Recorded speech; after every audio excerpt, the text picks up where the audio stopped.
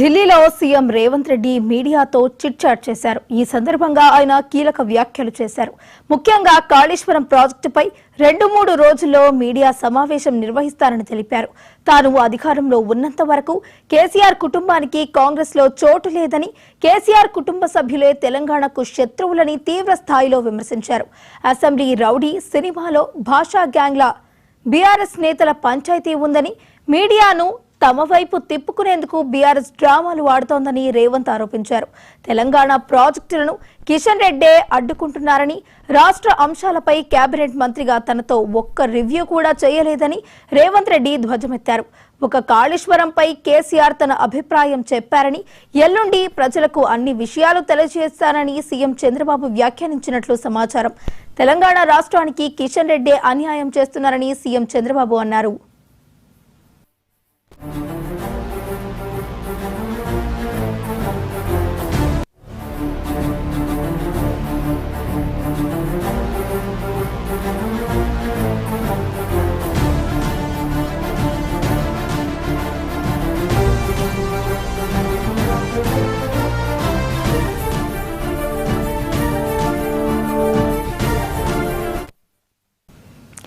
ఢిల్లీలో సీఎం రేవంత్ రెడ్డి మీడియాతో chit chat చేశారు. ఈ సందర్భంగా ఆయన కీలక వ్యాఖ్యలు చేశారు.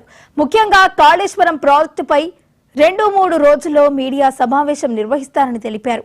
తాను అధికారంలో ఉన్నంత వరకు కేసీఆర్ కుటుంబానికి కాంగ్రెస్ లో చోటు లేదని, కేసీఆర్ కుటుంబ సభ్యులే తెలంగాణకు శత్రువులని తీవ్ర స్థాయిలో విమర్శించారు. అసెంబ్లీ రౌడీ సినిమాలో భాషా గ్యాంగ్ల బీఆర్ఎస్ నేతల పంచాయతీ ఉందని, మీడియాను తమ వైపు తిప్పుకునేందుకే బీఆర్ఎస్ డ్రామాలు ఆడుతోందని రేవంత్ ఆరోపించారు. తెలంగాణ ప్రాజెక్టులను కిషన్ రెడ్డే అడ్డుకున్నారని, రాష్ట్ర అంశాలపై కేబినెట్ మంత్రిగా తనతో ఒక్క రివ్యూ కూడా చేయలేదని రేవంత్ రెడ్డి ధ్వజమెత్తారు. ఒక కాళేశ్వరంపై కేసీఆర్ తన అభిప్రాయం చెప్పారని, ఎల్లుండి ప్రజలకు అన్ని విషయాలు తెలియజేస్తారని సీఎం రేవంత్ రెడ్డి వ్యాఖ్యానించినట్లు సమాచారం. తెలంగాణ రాష్ట్రానికి కిషన్ రెడ్డి అన్యాయం చేస్తున్నారని సీఎం తెలిపారు.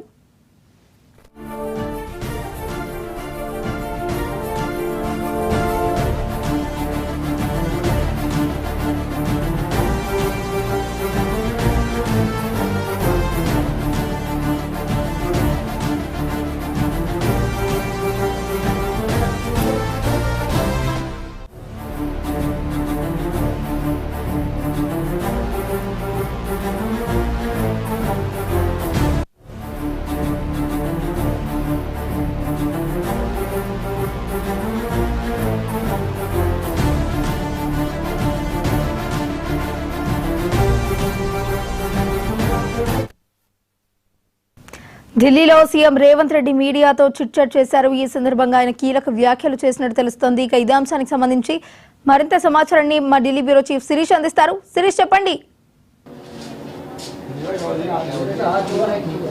వైష్ణవి, రోజు ఢిల్లీ పర్యటన సందర్భంగా తెలంగాణ సీఎం రేవంత్ రెడ్డి ఇటు కాళేశ్వరం కమిషన్ విచారణ, అంతర్విధంగా మంత్రివర్గ విస్తరణ, దాంతోపాటుగా పలు అంశాలపైన కూడా ఆసక్తికరమైన కామెంట్స్ అనేవి కూడా చేయడం కూడా జరిగింది. అయితే కాళేశ్వరం కమిషన్కు సంబంధించిన అంశంపైన రేవంత్ రెడ్డి కూడా చిట్చాట్లో కూడా మాట్లాడుతూ త్వరలోనే దీనిపైన ఒక మీడియా సమావేశం అనేది కూడా ఏర్పాటు చేయబోతున్నాను, కాళేశ్వరంకి సంబంధించిన వివరాలు ఏవైతే ఉన్నాయో వాటన్నింటినీ కూడా వివరించబోతున్నాను. అయితే కాళేశ్వరం కమిషన్కు తనకు ఎటువంటి సంబంధం అనేది కూడా లేదు. ఇది ఆ ప్రాజెక్టు నిర్మాణంలో నెలకొన్న అవకతవకలు ఏవైతే ఉన్నాయో వాటిని నిగ్గు తేల్చేందుకు కమిషన్ అనేది కూడా ఏర్పాటు చేయడం కూడా జరిగింది. అయితే ముఖ్యంగా కేటీఆర్ అవగాహన రాహిత్యంతో కామెంట్స్ అనేవి కూడా చేస్తున్నారు. ముఖ్యంగా తనను దూషించినంత మాత్రాన, అదేవిధంగా ప్రభుత్వం పైన ఆరోపణలు చేసినంత మాత్రాన నిజాలన్నిటి కూడా మరుగున పడిపోవు. దీనికి సంబంధించిన విషయాలన్నింటి కూడా త్వరలోనే మీడియా సమావేశం పెట్టి వెల్లడిస్తానని చెప్పేసి కూడా రేవంత్ రెడ్డి స్పష్టం చేయడం కూడా జరిగింది. దాంతోపాటుగా ముఖ్యంగా తెలంగాణకు కేసీఆర్ కుటుంబమే పెద్ద శాపం. అలాంటి శాపం ద్వారానే ఆ కుటుంబం ద్వారానే తెలంగాణ ప్రభుత్వం అనేది కూడా అనేక ఇబ్బందులు కూడా ఎదుర్కొంటుంది. అయితే తప్పు చేసినప్పుడు విచారణ అనేది కూడా చేయకుండా వదిలేయాలా అని చెప్పేసి కూడా ఆయన సందర్భంగా ప్రశ్నించడం కూడా జరిగింది. ముఖ్యంగా ఆ కుటుంబంలో దెయ్యాలు ఉన్నాయని చెప్పేసి కూడా ఎంపీ కవిత మాట్లాడింది కేసీఆర్ చుట్టూ. మరి ఇప్పుడు అందులోనే కవిత కూడా కలిసింది. ఇప్పుడు దీనిపైన కవిత ఏమంటారో ఆమె సమాధానం చెప్పాలని చెప్పేసి కూడా చెప్తూనే ముఖ్యంగా తెలంగాణ ప్రజల యొక్క అటెన్షన్ ఏదైతే తెలంగాణ ప్రజల యొక్క దృష్టి తమ వైపు మళ్లించేందుకే ఈ నాటకం అంతా కూడా ఆడుతున్నారు. ఒక అసెంబ్లీ రౌడీ సినిమాలో ఒక భాషా గ్యాంగ్ ఏ విధంగానైతే హత్యలు చేసే ముందు ఎలా గలాటా చేస్తుందో అటెన్షన్ మొత్తాన్ని కూడా డైవర్ట్ చేసేందుకు ఎలాంటి ప్లాన్ వేస్తుందో అలాంటి ప్లాన్ కూడా కేసీఆర్ కుటుంబం వేస్తోంది. అలాంటి ప్రణాళికతోటే ఆ కుటుంబం మొత్తం కూడా సాగుతోంది. అయితే ఈ ఇటీవల జరిగిన పరిణామాలన్నీ కూడా అవన్నీ కూడా కేవలం ఒక డ్రామాగానే ఆయన కొట్టిపారేయడం కూడా జరిగింది. దాంతోపాటుగా ముఖ్యంగా చూసినట్లయితే ఈ కాళేశ్వరం కమిషన్కు సంబంధించి విచారణకు హాజరు కమ్మన్నప్పుడు తప్పు చేయనప్పుడు ఎందుకు ఇబ్బంది పడాల్సి వచ్చింది, ఎందుకు ఈ విధంగా ఏదైతే ఆరోపణలన్నీ కూడా చేయాల్సి వచ్చింది అనేది కూడా దాని గురించి కూడా సమాధానం చెప్పాలి. 14 నెలలుగా కేసీఆర్ కుటుంబం పైన ఎక్కడ కూడా కక్ష సాధింపు చర్యలకు పాల్పడలేదు. వాళ్ళపై వచ్చిన ఆరోపణలు ఏవైతే ఉన్నాయో వాటిని నిగ్గు తేల్చేందుకే విచారణ కమిషన్లన్నిటి కూడా ఏర్పాటు చేయడం కూడా జరిగింది. అయితే ఈ తప్పు చేసినప్పుడు విచారణ అనేది కూడా ఎవరైనా కూడా ఎదుర్కోవాల్సి ఉంటుంది. దాన్ని కక్ష సాధింపు చర్యగా అభివర్ణించడం అనేది కూడా సమంజసం కూడా కాదు అని చెప్పేసి కూడా చెప్తూనే స్థానిక సంస్థల ఎన్నికల్లో 42% రిజర్వేషన్కు కేంద్ర ప్రభుత్వం ఆమోదం తెలుపుకుంటే పార్టీ ఇచ్చిన హామీ ప్రకారం 42% రిజర్వేషన్లంటే కూడా మేము అమలు చేస్తాం. అంటే స్థానిక సంస్థల ఎన్నికల్లో 42% రిజర్వేషన్ని పార్టీ పరంగా మేము బీసీలకు కేటాయిస్తామని చెప్పేసి కూడా ఆయన స్పష్టం చేస్తూనే కేసీఆర్ 6 నెలలు అయినప్పటికీ కూడా తన కుమారుడుకు మంత్రి పదవి ఇవ్వలేదు.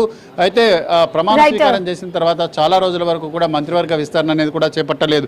అలాంటి కేసీఆర్ ముఖ్యంగా ఇక్కడ రాష్ట్ర మంత్రివర్గ విస్తరణ పైన కానీ మంత్రిత్వ శాఖల కేటాయింపు అనేది కూడా జరగలేదని చెప్పేసి కూడా వ్యాఖ్యానించడం అనేది కూడా సరికాదంటూనే మరికొన్ని అంశాలపైన కూడా ఆసక్తికరమైన కామెంట్స్ అనేవి కూడా చేయడం జరిగింది. Vaishnavi. Right, thank you Sirish.